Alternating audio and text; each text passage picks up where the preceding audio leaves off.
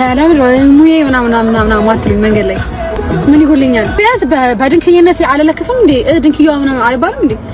ቆዩ ከተለከፍኩኝ ይሄ ከተጠቀስኩ ምናምን አሁን እኮ ትዝ ብሎኝ ነው ጠቅሰኝ ቆዩ ከተጠቀስኩ በጣም አይ ልከፍኝ። አንዳንድ ወንጀሎች የመማሪያ ምክንያቶች የጀነት መግቢያ ሰዎች ይሆናሉ። ሰዎች ጥፋትን ያጠፋሉ። ዛሬ ሮብ ወይም ግንቦት 5 ቤተ ክህነቱ አልፈቀደችም በማለት ሂጃብ የለበሱ ተማሪዎችን ከትምህርት ቤት እያስወጡ አባረዋቸዋል። አሰላሙ አለይኩም ወራህመቱላሂ ወበረካቱ። ውድ ቻናላችን ቤተሰቦች እንዴት ናችሁልን? ዛሬ በአዲስ ቪዲዮ መጥቻለሁ። ለዛሬ ይዤላችሁ የመጣሁት ቪዲዮ በትናንትናው ዕለት በአክሱም ከተማ እጅግ በጣም አሳፋሪ ነገር ተከስቷል። ምንድነው የምትሉ ከሆነ እስከ መጨረሻው ድረስ የምትከታተሉ ከሆነ የምታዩን የሚሆነው እንዲሁም አነጋጋሪዋ ዩቲናስ ወንዶች ለምንድነው ማትለቅፉኝ እያለች ነበረ። እሱንም ቪዲዮ ወደ እናንተ የማጋራ ነው የሚሆነው እስከ መጨረሻው ድረስ የምትከታተሉ ከሆነ ማለት ነው። ሌሎችም ምርጥና አስተማሪ ቪዲዮዎች አሉ። ታዲያ ቪዲዮ እንደተለመደ ሁላችሁም ላይክ በማድረግ እንድጀምሩ ጋብዛለሁ። ይህ ቪዲዮ እንዲዳረስ ደግሞ ሼር አድርጉ። ለዚህ ቻናል አዲስ ከሆናችሁ ሰብስክራይብ ማድረግ አይረሳ። የደወል ምልክቷን ይጫኑ። በቀጥታ ወደ ቪዲዮ። ዛሬ ሮብ ወይም ግንቦት 5 ቤተ ክህነቱ አልፈቀደችም በማለት ሂጃብ የለበሱ ተማሪዎችን ከትምህርት ቤት እያስወጡ አባረዋቸዋል። ይህ ቪዲዮ ለሁሉም ሙስሊሞች እንዲደርስ አክሱም ማለታችንን በፍጹም አናቆምም። ሼር እያረጋችሁ ጀምሩት። የዛሬውን ደግሞ የከፋ የሚያደርገው የአክሱም ከንቲባ፣ የጸጥታ ቢሮ ኃላፊና የትምህርት ኃላፊው ዋናዎቹ እራሳቸው በአካል እየተዘዋወሩ ነው ሲያግዱ ወይም ይህን ደግሞ መከልከልን ሲያስተላልፉ የነበሩት። ይህን ድርጊት የፈጸሙት ወደ 6 ወደ 7 የሚጠጉ የመንግስት ትምህርት ቤት የሚገኙ ከአንደኛ ደረጃ እስከ ሁለተኛ ደረጃ የሚገኙ ሙስሊም ተማሪዎችን በተመሳሳይ ሰዓት ነው እገዳ የጣሉባቸው። ይህ ነገር የተፈጠረው አክሱም ቅድስት ከተማ ነች ብለው ካወጁ በኋላ ነው በራሳቸው ህግ። ይሄ አፈና እንዲሁም ይሄኛው ጥቃት በጣም ተጠናክሮ 2-3 ዓመትን አስቆጥሯል። ኢንሻአላህ እኛም አክሱም ማለታችንን አናቆምም። ወሰላሙ አለይኩም ወራህመቱላሂ ወበረካቱ። በደንብ ሼር ይደረግ። የኢትዮጵያ እስልምና ጉዳዮች ጠቅላይ ምክር ቤት ፕሬዝዳንት ለኢትዮጵያ ኦርቶዶክስ ተዋሕዶ ቤተክርስቲያን ቅዱስ ሲኖዶስና እንዲሁም ለኢትዮጵያ ሃይማኖት ተቋማት ጉባኤ የአክሱም ላይ እየተፈጸመ ያለውን በደል ያወግዙ ዘንድ ጥሪ ካቀረቡ እነሆ ዛሬ 11ኛ ቀን ሆኗል። በዚህ 11 ቀን ውስጥ ግን በሁለቱም ተቋማት በኩል ምንም አይነት ውግዘት አልተሰማም። የኢትዮጵያ ኦርቶዶክስ ተዋሕዶ ቤተክርስቲያን ቅዱስ ሲኖዶስን የሚመሩት ፓትርያርክ መግለጫ ሰጥተው ነበር። በዚህ 11 ቀን ውስጥ የሰጡት መግለጫ ግን በአክሱም ጉዳይ ሳይሆን ሳውዲ ውስጥ ያሉ ኢትዮጵያውያን ሞት የተፈረደባቸው ኢትዮጵያውያን ይህ ፍርድ እንዳይፈጸምባቸው ሃይማኖት ተቋማት የሃይማኖት አባቶች ጣልቃ ገብተው ምህረት እንዲደረግላቸው እንዲሰሩ ጥሪ አቅርበዋል። ይህ ከአንድ የእምነት አባት የሚጠበቅ ጸዴ ስራ ነው፣ ተመችቶናል። ነገር ግን እዚሁ አገር ውስጥ ደግሞ እየተደረጉ ያሉ በደሎችን ግን ምንም እንኳን ጥሪ ቢቀርብላቸውም እስካሁን ድረስ ባላየ ማለፋቸው ግን ጥያቄ የሚያነሳ ነው። ለማንኛውም በቅዱስ ሲኖዶስ በኩል እስካሁን ድረስ ምንም የተባለ ነገር ባይኖርም ግን እሳቸው የሚመሩትን እምነት ስር ተለጥፎ እንደዚህ አይነት በደል እየሰራ ያለው ጽንፈኛ ኃይል ግን እንደውም ብሎ ጭራሽ ከተማዋ የኔ ብቻ ነች፣ ቅዱስ ከተማ ነች፣ ሌላው አይመለከተውም የሚል አቋም እንደያዘ ታውቋል። የምንኖረው ሴኩላር ሀገር ውስጥ እስከሆነ ድረስ ማንኛውም የኢትዮጵያ ግዛት ለማንኛውም ኢትዮጵያዊ እኩል መብት ያለው መሆኑን የምናቅ ቢሆንም ግን ይህ ጽንፈኛ አካል አክሱም ለብቻዬ ነች ብሏል። ይህ ማለት እንግዲህ ይህ ጽንፈኛ አካል ይህን የማድረግ መብት ካለው በሌላው እምነት ደግሞ ሌላው ተነስቶ እንግዲህ ይህ ከተማ የኔ ብቻ ነች ማለት መብት አለው ማለቱን የሚያስይዝ ነው ከወዲሁ ሀይ ካልተባለ። ለማንኛውም በቅዱስ ሲኖዶሱ በኩል ምንም የተባለ ነገር ባይኖርም ግን የተመሰረትኩለት ዓላማ በሃይማኖቶች መካከል መከባበር እንዲኖርና እንዲሁም መቻቻል እንዲኖር እንዲሁም ችግሮች ከተፈጠሩ ደግሞ ችግሮች ወደ ግጭት ሳያመሩ ለመፍታት ነው የተቋቋምኩለት ዓላማ እያለ በየጊዜው የሚምለውና የሚገዘተው የኢትዮጵያ ሃይማኖት ተቋማት ጉባኤ ጥሪ ቀርቦለት የነበረ ቢሆንም እሱም በ11 ቀን ውስጥ በዚህ 11 ቀን ውስጥ ምንም አይነት ውግዘት አላሰማም። ይህ የሃይማኖት ተቋማት ጉባኤ በመጅሊሱ ፕሬዝዳንት በኩል ይህንን ጉዳይ ውስጥ አልቃ ገብቶ ለመፍታት በመጅሊሱ ፕሬዝዳንት በኩል ጥሪ ሊቀርብለት የማይገባ የነበረ ቢሆንም የተቋቋመለት ዓላማ ይህ መሆኑን ተከትሎ እንግዲህ ይህ ጽንፈኛ አካል የሃይማኖት ተቋማት ጉባኤ ውስጥ ባለ አንድ እምነት የሃይማኖት ተቋማት ጉባኤ አባል በሆነ አንድ እምነት ስር ተለጥፎና በዛ እየማለ ይህንን በደል የሚሰራው ይህ ጽንፈኛ ኃይል የሌላ የሃይማኖት ተቋማት ጉባኤ አባል የሆነን አንድ የእምነት አባላቶችን መብታቸውን ኤክሰርሳይዝ እንዳያደርጉ ሃይማኖታቸውን በስነስርዓት ኤክሰርሳይዝ እንዳያደርጉና የእምነት ነፃነት መብታቸውን ኤክሰርሳይዝ እንዳያደርጉ ለመርገጥ እየሞከረ ያለን ጽንፈኛ አካል ለማውገዝና ይህንን ጉዳይ ችግሩን ለመፍታት ከማንም ጥሪ ሊቀርብለት የማይገባ የነበረ ቢሆንም ይህ የሃይማኖት ተቋማት ጉባኤ እስካሁን ድረስ ስራውን አውቆ ምንም አይነት ኤክሰርሳይዝ አለማድረጉንና እንዲሁም ደግሞ በሙስሊሞች ጉዳይ ሪለክታንት መሆኑን ተከትሎ ከመጅሊሱ ፕሬዝዳንት እሺ ጥሪ እናደርግልሃለን ተብሎ ጥሪ ተደርጎለት ነበር ይህንን ጉዳይ እንዲያወግዝና ይህንን ጉዳይ ለመፍታት እንቅስቃሴ እንዲያደርግ። ነገር ግን ይኸው 11 ቀን አልፏል። በዚህ 11 ቀን ውስጥ ምንም አይነት ውግዘትም አላሰማም፣ ምንም አይነት አቋሙንም አላሳወቀም በዚህ ጉዳይ። ይህንን ተከትሎ ጥሪውን ያቀረቡት የመጅሊሱ ፕሬዝዳንት ይህ የሃይማኖት ተቋማት ጉባኤ አባል የሆኑበትና እንዲሁም የበላይ ጠባቂ የሆኑበት ይህ ሃይማኖት ተቋማት ጉባኤ የሙስሊሞችን ጉዳይ አይደለም ብሎ ላሽ ካለ ምን አይነት እርምጃ ይወስዳሉ ተብሎ ይጠበቅ ነበረ። እሳቸው የሚመሩትን ተቋም ወክለው እዛ ሃይማኖት ተቋማት ጉባኤ ውስጥ እየሰሩ ያሉ ሰዎችን አትሊስት አትሊስት ጠርተው ይህ ተቋም ጋር ያላቸውን ውል ይህ ተቋም ፍትሃዊ እስኪሆን ድረስና እንዲሁም በሙስሊሞች ጉዳይ ላይ እስኪንቀሳቀስ ድረስ አትሊስት ውላቸውን ምንድነው መልሰው ያጤናሉ ተብሎ ሲጠበቅ ግን ይህንን ተቋም የሚመራውን ሰው ከትላንት ወዲያ በራሳቸው መጅሊሱ ባዘጋጀው የሽልማት ፕሮግራም ላይ ጠርተው ሽልማት አሸልመው ሲያበቁ ከሰዓታት በኋላ ደግሞ ከምክትሎቻቸው ጋር ሐጅ በሚል ከሀገር ለቀው ወጥተዋል። ህመም ብቻ ነው። በአክሱም ጉዳይ ላይ ብዙ ነገሮችን ታዝበናል። ብዙ የሚያሳፍሩ ነገሮችን ተመልክተናል። የሃይማኖት ተቋማት ጉባኤ ማለት መጅሊስ ጥሪ እስኪያቀርብለት ድረስ መጠበቅ አልነበረበትም። ምክንያቱም ስራው ምንድነው? እንዲህ በሃይማኖት ላይ የሚፈጠሩ እንደዚህ ኮንፍሊክቶች፣ ግጭቶች ሃይማኖቱ ምክንያት ለሚደርስ ጥቃት ቀድመው ደርሰው በዛ ጉዳይ ላይ መግለጫ መስጠት ነበረበት የሃይማኖት ተቋማት ጉባኤ። ነገር ግን ጥሪ ተደርጎለትም መግለጫ አልሰጠም። ከዛ በፊት መግለጫ አልሰጠም። ምንም እኮ አይጠቅምም እኮ አሁን የሃይማኖት ተቋማት ጉባኤ መጥቶ በአክሱም እየተደረገ ያለው ነገር አውገዘናል ምናምን ስላለ አክሱም ያሉ ሙስሊሞች ምንም የሚጠቀሙት ነገር የለም። ቢያንስ ግን ኃላፊነቱን መወጣት ነበረበት። በዚህ ጉዳይ ደግሞ በጣም የሚያሳፍረውን የተመለከትነው መረጃ ላይ ደግሞ መጅሊስ ባዘጋጀው ፕሮግራም ላይ ጭራሽ ሸላሚ አድርጎት ነበር የሃይማኖት ተቋም ጉባኤ ዋና የሆነውን ሰውዬ ማለት ነውና ይሄ በጣም ያሳፍራል። መጅሊሱስ ምን እየሰራ ነው? አይዶን ነው ብቻ ብዙ ድርጅቶችን ብዙ ግለሰቦችን ነው የታዘብነው በዚህ በአክሱም ጉዳይና ስር ነቀል የሆነ ለውጥ ነው የሚያስፈልገውና በደንብ ከግርግሩ ወጣ ብለን ቁጭ ብለን አስበን አጢነን ፕሮጀክት ተቀርጾ ነው መንቀሳቀስ ያለብን። ምክንያቱም ነገሩ እንዲሁ በቀላል የሚፈታ አይነት ነገር አይደለምና በስነ ስርዓት ተጠንቶ ሰላማዊ በሆነ መንገድ እንዴት መብታችን ማስከበር እንደምንችል እነዚህ ነገሮች ተጠንቶ ታስቦበት አካሄድ ተነድፎ መንቀሳቀስ አለብን ብዬ አስባለሁ። ሸይጣን ተብሎ የሚጠራ ፍጥረት ራሱ የለም ከመነሻው። ሸይጣን የሚባል የፍጥረት መለያ መጠሪያ ስም ያለው አለ ብሎ የሚያምን ሰው ከምን እንደተፈጠረ ይንገራል። ከምንድነው ሸይጣን የተፈጠረው? ከእሳት ነበልባል ላለው ካለ የሚጠቅሳቸው ማስረጃዎች ሁሉ ስለ ጂኖች የሚያወራ እንጂ ስለ ሸይጣን የሚያወራ አይደለም። ስለዚህ ሸይጣን ምንድነው ከተባለ ሸይጣን ወስፍ ነው፣ ባህሪ ነው። ኩሉ ዓቲን ሙተመርዲን ሚን ኢንሲን አው ጂንን አው ሐያዋን ከሰዎችም ከጂኖችም እንደዚሁም ደግሞ ሰውን ከሚተናኮሉ አውሬዎች ወሰን ያለፈና ክፉ ባህሪን የተላበሰ አካል የሚጠራበት የባህሪ ስም ነው እንጂ ራሱን የቻለ የፍጥረት መለያ ሆኖ አንድ ፍጥረት የሚታወቅበት ስም አይደለም። መላእክት ሲባል ከኑር የተፈጠሩ ፍጥረታትን ነው የምናስበው። ጂኖች ሲባል ከእሳት ነበልባል የተፈጠሩ ናቸው። ሰዎች ሲባል ከምድር አፈር የተፈጠሩ ናቸው። ሸይጣን ሲባል ከምን የተፈጠሩ?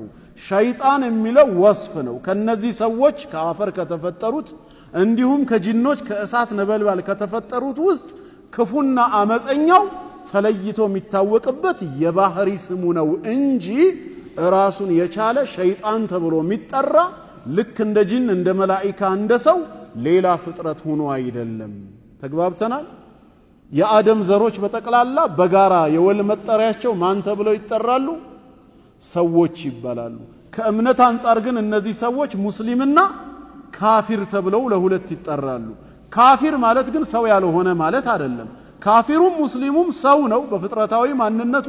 በእምነቱ ግን ይሄ ስላመነ ሙስሊም፣ ይሄ ስለካደ ካፊር ይባላል። ጂኖችም ዘንድ ፍጥረታዊ ማንነታቸው የወል መጠራቸው ጂን የሚለው ስያሜ ነው። ከእምነት አንጻር ግን ሙስሊሙል ጂን ሙስሊም ጂኒዎች ተብለው የሚጠሩ አሉ ያመኑት። የካዱት ደግሞ ሸያጢን ሰይጣናት ተብለው ይጠራሉ። ስለዚህ ሰይጣን የሚለው እዚህ ጋር አሁን ሌላ ፍጥረትን ለመግለጽ ሳይሆን እነዛኑ ጂኖች ከሃዲዎችን ለይቶ መጥሪያ መንገድ ነው፣ ባህሪያቸውን ማሳያ ነው። ተግባባን? ግልጽ ነው። ምክንያቱም ሸይጣን የሚለው ቃል ሸጠነ ከሚለው ግስ ነው ርቢ ሆኖ የመጣው። ሸጠነ ማለት አይ በዑደ ማለት ነው። ከጌታው ረህመት የራቀ የተገለለ የተባረረ ነው። ኢብሊስ ከጌታው ረህመት የራቀ የተባረረ በመሆኑ ሸይጣን ተብሎ ተጠርቷል። የባህሪ ስሙ ነው እንጂ ጂኒ ነው እሱ ራሱ። ኢላ ኢብሊስ ካነ ሚነል ጂን በማለት ጎሳው ዝርያው ከጂኖች መሆኑ ተነግሮናል። አቡል ጂንም ነው፣ ዋናው አደማቸው እሱ ነው። ተግባብተናል? ልክ የኛ የሰው ዘር አባታችን አደም እንደሆነ ሁላ የጂኖች አባት ዋናው መሰረት ማን ነው? ኢብሊስ ነው። ተግባብተናል። ሸይጣን የሚለው ወስፍ ነው። ስለዚህ እኛ እዚህ ጋር ሙስሊምም ካፊርም አለ ብለን ለሁለት የከፈልነው የሙስሊም ጂኒና ካፊር ጂኒ ወይ ሸይጣን ማለታችን ነው። ማሻአላህ ኡስታዝ አቡ ኸይር ያስረዳ ያስተምር ኮላይ እኔውን እንደዚህ አይነት አመለካከት አልነበረም የነበረኝ። ሸይጣን በቃ ሸይጣን የሚባል ፍጥረት እንዳለ አስብ ነበር እውነት ለመናገር። ነገር ግን ሸይጣን የባህሪ ስም ነው እንጂ ሸይጣን የሚባል ራሱን ይቻል የሆነ ፍጡር የለም።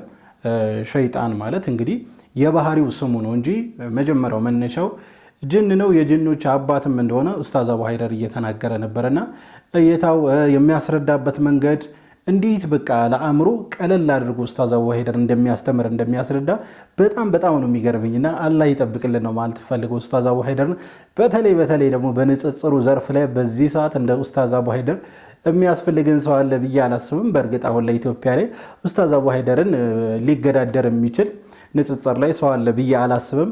ብቻ ኡስታዝ አቡ ኸይርን አላህ ይጠብቅልን። አንዳንድ ወንጀሎች የመማሪያ ምክንያቶች የጀነት መግቢያ ሰበቦች ይሆናሉ። ሰዎች ጥፋትን ያጠፋሉ፣ እንደ ሰውነት ስህተት ላይ ይወድቃሉ፣ ይሳሳታሉ። ያቺ ስህተታቸው ያስከፉት ይህን የዚህ ዩኒቨርስን የዚህን ፍጥረት ዓለምን ፈጣሪ ሆነውን አላህ ሱብሓነሁ ወተዓላ መሆኑ ገብቷቸው ያዝናሉ፣ ያለቅሳሉ፣ አላህ ፊት ይጮሃሉ፣ ተውበት ያደርጋሉ፣ ወደ አላህ ይማጸናሉ። እነዚህ ሰዎች ያቺ ጽፋት ማጥፋታቸው ለትክክለኛ ተውበት ለመመለስ ምክንያታቸው ትሆናለች። ወንጀላቸው አላህ ጋር ለመታረቂያቸው፣ ስህተታቸው አላህ ጋር ለመቃረቢያቸው ምክንያት ሆኖ ህይወታቸውን ይቀይራል። ከትልቁ ባዶችና አላህ ዘንድ ተወዳጅ ባሮች ለመሆን ያደርሳቸዋል። ወንጀላቸው አላህ በመፍራት መዳኛ ሲሆናቸው፣ ኸይር ስራቸው ደግሞ በልባችን ውስጥ ባለ የተለያየ ስሜት ውስጥ የመጥፊያ መንገዳችን ሲሆን ይታያል።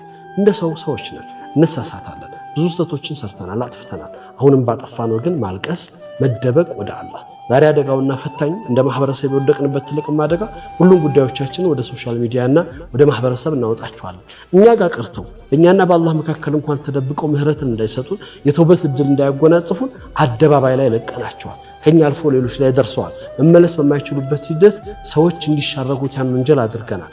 ይህ አደገኛው ነገር ነው። ስለዚህ ነው ወንድሞች እንደ ሰው እንሳሳታለን፣ በብዙ ነገር ላይ ልንወድቅ እንችላለን። ግን ለቅሶ ልናለቅስበት፣ አላህን ይቅርታ ልንለምንበት፣ ወደ ተውበት ልንቻኮልበት ሲገባ በተቃራኒው ከሆነ ጉዳቱ ከፍተኛ ነው። ትክክል። ወላሂ እንደ ማህበረሰብ በጣም የተቸገርንበት ነገር ይሄ ነው ብዬ ነው የማስበው። ማለት ሰውነን ሁላችንም እኮ እንሳሳታለን፣ ሁላችንም ፋውል እንሰራለን። ነገር ግን በአደባባይ ማድረግ የለብንም። ይሄ ቲክቶክ አሁን ያመጣው ነገር በጣም ከባድ ነው። ማለት ከተጠቀምንበት እጅግ በጣም ትልቅ ለውጥ የምናመጣበት ነው። ቲክቶክ ሊሆን ይችላል፣ ዩቲዩብ፣ እያንዳንዱ ፕላትፎርም ከተጠቀምንበት ጥሩ መንገድ ከተጠቀምንበት ምንም ጥያቄ የለውም ትልቅ ለውጥ ነው ያለው። ለምሳሌ እንግዲህ ብዙ ዳዕዋዎች የሚተላለፉበት እንዲሁም ደግሞ በንጽጽር በርካታ ሰዎች የሚሰልሙበት እየሆነ ነው አይደል ቲክቶክ ፕላትፎርም እንዲሁም ዩቲዩብ ፕላትፎርም። ነገር ግን ልክ እንደዛውም መጥፎ ስራ ከሰራንበትም ወንጀላችን እንደዛው ነው። ምክንያቱም ሰው ፊት ነው ወንጀላችን እየሰራን ያለ ነው። ተደብቀን አልቀሰን ወደ አላህ የምንመለስበት መንገድ እጅግ በጣም ያጠብብናል። ከዛ ባሻገር ደግሞ እኛ ወንጀል ሰርተን ለሌሎችም ማመቻቻ ነው የምንሆነውና ይሄ በጣም ከባድ ነው። ሶሻል ሚዲያ አጠቃቀማችን እጅግ በጣም ልንጠነቀቅ ይገባል ብዬ አስባለሁኝ። አሁን ላይ በርካታ ሰዎች እየተፈተኑበት ያለው ጉዳይ ነው። አሁን ምጋብዛችሁ ቪዲዮ ያው ከዚህ ጋር የተያያዘ ነው። እስቲ የዩቲዩብ ቪዲዮ እንመልከትና ከዛ የራሳችን ሀሳብ አስተያየት እንሰጥበታለን። ለምን ሙዬ ምናምን ማትሉኝ መንገድ ላይ ምን ይጎልኛል? ድንክዬ ስለሆንሽ እንዴ እኮ ቢያንስ በድንክዬነት አለለክፍም እንዴ? ድንክዬዋ ምናምን አይባልም እንዴ? ቆዩ ከተለከፍኩኝ ይሄ ከተጠቀስኩ ምናምን አሁን እኮ ትዝ ብሎኝ ነው እዚህ ጎኔ ማኪና ውስጥ የነበረው ጠቅሶኝ ቆዩ ከተጠቀስኩ በጣም ቆዩ። ወልሽ ግን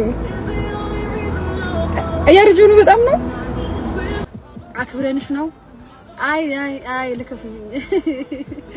አረ ምን ሆኜ ነው? ቢስሚላህ ነው እንዴ? አሁን በጣም ልከፉኝ ላይቭ ላይ ቢስሚላህ ምን ሆኜ ነው? ያው ራሷ መጨረሻ ላይ መልሰዋለች። ቲና ሰራ ቢስሚላህ ምን ሆኜ ነው ልከፉኝ ብላ ራሷን ታዘባለች። እውነቷን ነው። ምክንያቱም እንግዲህ አሁን ላይ ወንዱና ሴቱ ቦታ ተቀያይሯል ብዬ አስባለሁ። ወንዱ አይናፋሩ ነው አሁን ላይ እንደውም የሚላከፉት ሴቶች ሆነዋል በሚገርም ሁኔታ። በፊት እንግዲህ ሴት ልጅ ሀያ አላት ምናምን ነገር አንገቷን አቀርቅራ ነው የምትሄደው። ያው ወንዱ ለከፋ ይሄ ጉንተላ ነገር ያደርግ ነበር በፊት። አሁን ግን ያ ነገር የለም። የለም በቃ በተቃራኒ ሆኗል። ወንዱ አንገቱን ሰብሮ ነው የሚሄዱ፣ ሴቷ ደግሞ ሀያ አታለች እያሽካኩ ምን እያሉ ከዛ ባሻገር እስከ መልቀፍ ድረስ። እንግዲህ ይህን ቪዲዮ የምትመለከቱ ወንዶች በእርግጠኝነት የተለከፋችሁ ትኖራላችሁ ብዬ አስባለሁኝና ወንዶች በሴቶች እየተለከፉ ነው የሚገኙ በዚህ ሰዓትና ይህ የመጨረሻው ዘመን እየደረሰ ሲመጣ ሴቶች እጅግ በጣም ሀያ እያጡ ወንዶች ደግሞ አንገት እየሰበሩ የሚሄዱ ይመስለኛልና ያ ይመስለኛል ዩቲናስ እየተለከፍሽ ያልሆነበት ምክንያት። አሁን ያለንበት ጊዜ ሴቶች ምንም ጥያቄ የለውም ሀያ እያጡ ይገኛሉ። እንዲህ ሴቶች ስል ግን ሁሉንም እየጨፈለኩ እንዳይመስላችሁ፣ ያው አብዛኞቹ እንደዚህ አይነት ሙድ ውስጥ ነው ያሉት። ኢቭን ሙስሊም ሆኖ ሂጃብ አድርገው በስነ ስርዓት ሂጃቧን ጠብቃ ምናምን ነገር ግን ቲክቶክ ላይ የሚለቋቸው ቪዲዮዎች ምናምን ያስደነግጧቸዋል። ወላሂ ላዚምና እባካችሁ ሴቶች አድቡ፣ ስነ ስርዓት ብትይዙ ጥሩ ነው። አንድ ወንድ ልጅም አንዲትን ሴት በቁም ነገር የሚያስባት ለተለያየ ነገር ሊያስባት የሚችለው ይሄ የሆነ ሀያ ሲኖራት አደብ ሲኖራት ምናምን ነገር ነው። ለጊዜያዊ ነገር ሊፈልጋት ይችላል። እንዲህ ስትገላለጥ የማይሆን ሙድ ስታራምድ ምናምን ለጊዜያዊ ነገር ሊፈልጋት ይችላል። ነገር ግን ለቁም ነገር ለትዳር ምናምን በታሪክ ነው ያችን ሴት የማይፈልገውና ስለዚህ ሴቶች እባካችሁ አድቡ፣ ሀያ ይኑራችሁ ነው ማለት ፈልገው። እኛ ወንዶችንም አላህ ቀልብ ይስጠን፣ አላህ ያስተካክለን ነው ማለት ፈልገው። ለማንኛውም ለዛሬ ይዤላችሁ የመጣው ቪዲዮ ይህን ይመስል ነበር። ቪዲዮን ከወዳችሁ እንደተለመደው ሁላችሁም ላይክ አድርጉ። ይህ ቪዲዮ እንዲዳረስ ደግሞ ሼር አድርጉ። ለዚህ ቻናል አዲስ ከሆናችሁ ሰብስክራይብ ማድረግ አይረሳ፣ የደወል ምልክቷን ይጫኑ። ኢንሻአላህ በቀጣይ በአዲስ በቆንጆ ቪዲዮ እስከምንገናኝ ወሰላሙ አለይኩም ወራህመቱላህ ወበረካቱ።